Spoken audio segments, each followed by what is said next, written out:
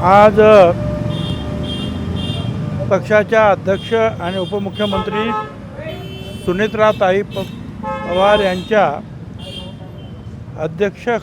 अध्यक्षतेखाली आणि मार्गदर्शनाखाली विधानसभा आणि विधान परिषद याचे जवळपास 50 सदस्य जे आहेत विधानमंडळाचे ह्या बैठकीला हजर होते. पहिली गोष्ट म्हणजे त्यांनी हे जे आता मतदार याद्याच्या तपासणीचं काम सुरू होणार आहे, BLO आणि BLA वगैरे जे काय नेमायचे आहेत आणि प्रत्येक बूथवर जे आहेत मतदार तपासणी होणार आहे, त्याचं मार्गदर्शन करण्यात आलं की कशी ही पद्धत अवलंबण्यात येणार आहे आणि आपल्याला काय करायला पाहिजे त्यासाठी. कारण अनेक पक्ष जे आहेत त्याने अगोदरच या कामामध्ये फार पुढे ते गेलेले आहेत, परंतु दादांच्या निधनामुळे आणि या इतर या सगळ्या गोष्टी होत्या, आम्ही थोडेसे जर मागे पडलो तर ते आम्हाला ते सगळं भरून काढलं पाहिजे, त्याच्यासाठी आम्हाला खूप काम करायला पाहिजे. तर ते सगळ्यांच्या ज्या शंका कुशंका कसं करायचं पाहिजे ते सगळं जे आहे समजावून सांगण्यात आलं. त्यानंतर निधी वाटप वगैरे होणार का सगळ्यांचा, तर मी त्या सगळ्यांना सांगितलं की आम्ही समन्वय समितीमध्ये आहोत. स्वतः मुख्यमंत्र्यांचं सुद्धा त्याच्यावर लक्ष आहे की हे काम बरोबर होतं की नाही, आणि त्यांनी स्पष्ट शब्दात सांगितलेलं आहे की महायुतीच्या सर्व आमदारांवर कुणावर अन्याय होता कामा नये, एकाला जादा दिलं आणि एकाला कमी दिलं महायुतीमध्ये असं होता कामा नये. मग त्या दृष्टीनं जे आहे ते आम्ही काम करतो. आतासुद्धा समन्वय समितीची बैठक आहे. त्याच्यानंतर जे आहे सर्व आमदारांनी सांगितलं की बाहेर सतत ज्या काही ह्या वावड्या येतात की 20 आमदार इकडे गेले ना 25 आमदार तिकडे गेले, ते म्हणाले सगळे आम्ही इथे आहोत, बाहेर जाऊन सांगा सगळ्यांना की आम्ही सगळे एकत्रित आहोत आणि सुनेत्राताई पवार यांच्या पाठीमागे मजबूतीनं उभे आहोत, आम्ही आमचा पक्ष मजबूतीनं वाढवणार आहोत. त्याचबरोबर मग पुढे आणखीन असं ठरलं की या मतदार याद्यांच्या संदर्भातलं जे मार्गदर्शन जे आहे हे प्रत्येक गावागावामध्ये प्रत्येक बूथवर गेलं पाहिजे सगळ्याच ठिकाणी. हा एक भाग. आणि दुसरा भाग 10 जूनला राष्ट्रवादी काँग्रेस पक्षाचा स्थापना दिन आहे, तर त्या अर्थात त्याचं स्थळ जे आहे उद्यापर्यंत आम्ही नक्की करू. परंतु तिथं सर्व राज्यातून आणि राज्याबाहेरचे सुद्धा राष्ट्रवादी काँग्रेस पक्षाचे सगळे नेते कार्यकर्ते जिल्हा प्रमुख असतील, आणखीन कोण असेल, मंत्री असतील, सगळे तिथे हजर राहणार आहे.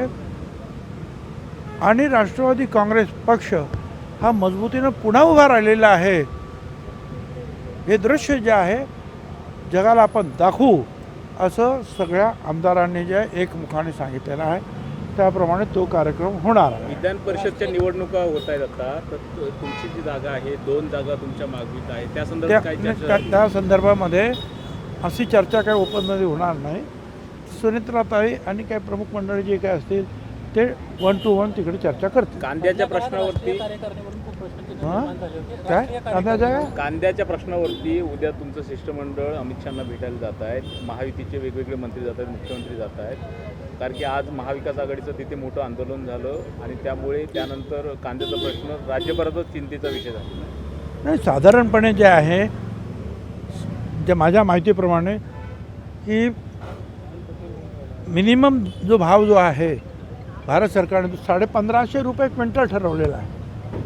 अर्थात तो किती वाढवला तरी लोकांची मागणी होणार, परंतु फार अडचणीत असलेल्या शेतकऱ्याला थोडासा दिलासा त्याच्यामुळे नक्की मिळेल.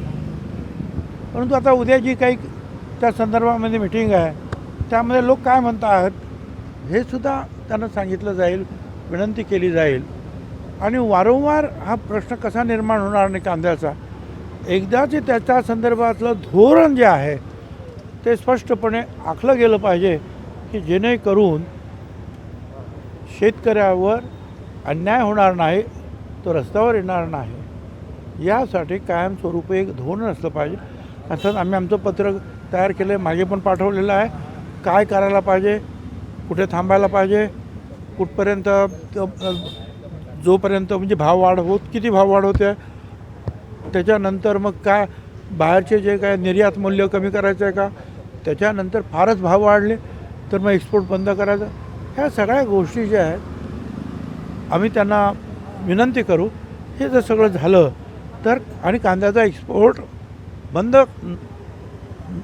करू नये की ज्याच्यामुळे ती साखळी तुटते आणि परत शेतकरी अडचणीत येतात. या सगळ्या गोष्टी आम्ही ते चर्चा होईल.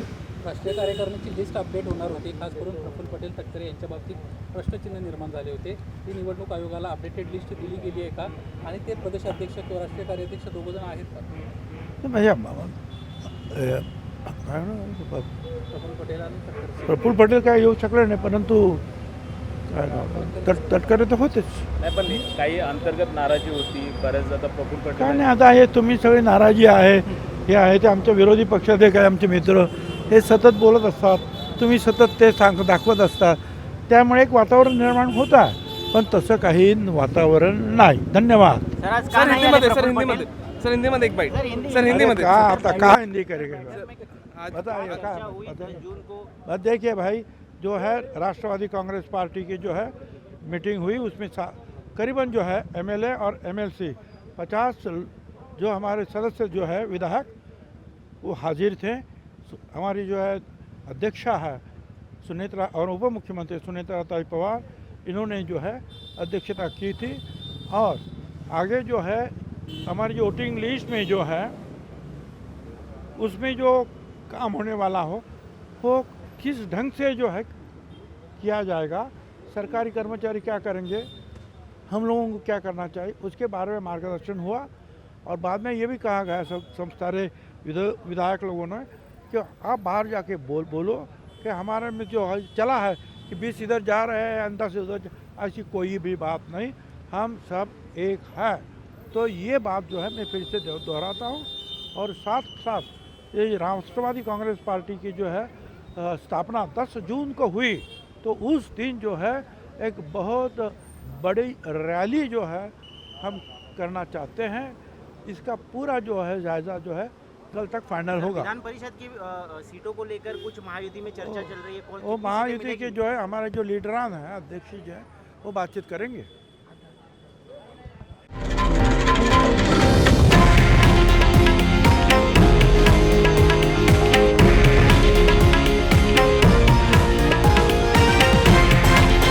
हे आहे देशातील नंबर 1 न्यूज नेटवर्क आणि आपण पाहत आहात TV9 मराठी, एकमेव.